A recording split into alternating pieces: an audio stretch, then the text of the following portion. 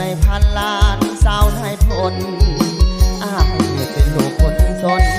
ตากแดดตากฝนคนจนเห็นใจ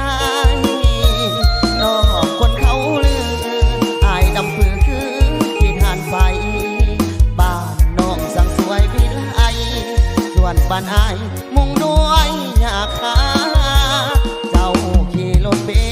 นซ์ส่วนอายเข็นรถที่พางห่างเจ้าคนมีคนห่างอายบ่มียังสาวให้สาวนา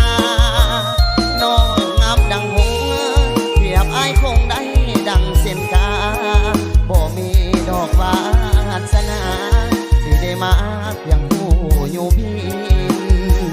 ได้แต่มองบอกกล้าไม่พองเจ้าดอกสามใบหาหน้าต่างกันใดถ้าเปรียบไปผ่านฟ้ากับดินน้องใส่สิไหมแต่เสียอายยอมหมอน้ำมินไปปีนอาหารยุพินส่วนไอ้กินแต่ปลาแดกปองน้องนอนบนเตียงอายมีเพียงฝากฟ้าไม้ไผ่เจ้า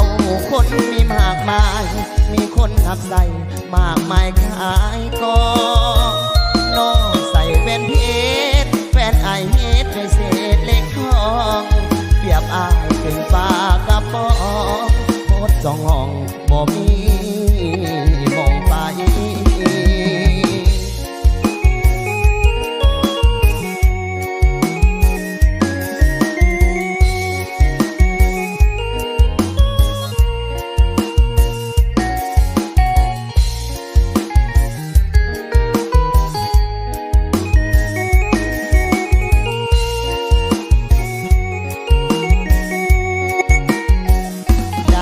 แต่มองบอกกล้าไม่พองเจ้าดอกสามใบ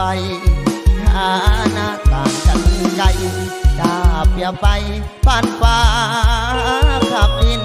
น้องนุ่งสิไหมแต่เสียอายยอมหมอน้ำมินไปปีนอาหารยุพินส่วนไอ้กินแต่ปลาแดกฟองน้องนอนบนเตียงอายมีเพียงฝากฟ้าไม้ไผ่เจ้าคนมีมากมายมีคนทำใส่มากมายขายกองน้องใส่แว่นเพชรแว่นอายเฮ็ดด้วยเศษเล็กทองเปรียบอายเป็นปลากระป๋องโคตรจองห้องบ่มี